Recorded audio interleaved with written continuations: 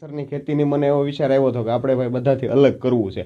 તો સોશિયલ મીડિયામાં મેં પહેલાં જોયેલું કે ભાઈ કેસરની ખેતી એવી રીતના થાય છે, મશરૂમની થાય છે, અલગ અલગ. તો એની અંદર મને યોગ્ય કેસરની ખેતી લાગી અને મેં આની અંદર હું બોટાદ ગયો હતો જોવા, સુભાષભાઈ કરીને છે, તો ત્યાં ગયો હતો હું જોવા. મારે બિયારણ છે તો એ હું કાશ્મીરથી લાવ્યો હતો, તો મારે 1250 રૂપિયાનું કિલો આવ્યું હતું ને હવે તો ત્યાં ભાવ વધી ગયા છે એટલે 1500 થી 2000 થઈ ગયા છે. આની ખેતી કેવી રીતના થઈ છે અને શું શું? આની ખેતી અંદર અત્યારે હાલ જો તમે જોવો ને તો મેં આ બિયારણ ડબલ થવા મૂક્યું છે, તો બિયારણનો ખર્ચો પણ એક જ વખત છે. તો આની અંદરથી બિયારણ મારે ડબલ થઈ જાય છે અને જ્યારે આ બિયારણ ડબલ થઈ જાય છે અને કમ્પ્લીટ બિયારણ આવશે પછી હું રૂમમાં લઈ લઈશ. કોલ્ડ સ્ટોરેજ રૂમ મેં બનાવેલો છે ત્યાં.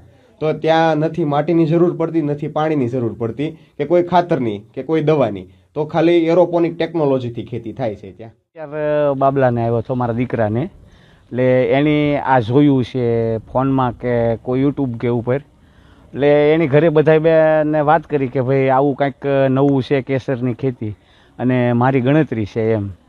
પોતે ગ્રેજ્યુએટ છે, ભણેલો ગણેલો, પણ એને નોકરી નહોતી લેવી અને એની ગણતરી એક એવી હતી કે મારે કંઈક નવું કરવું એમ.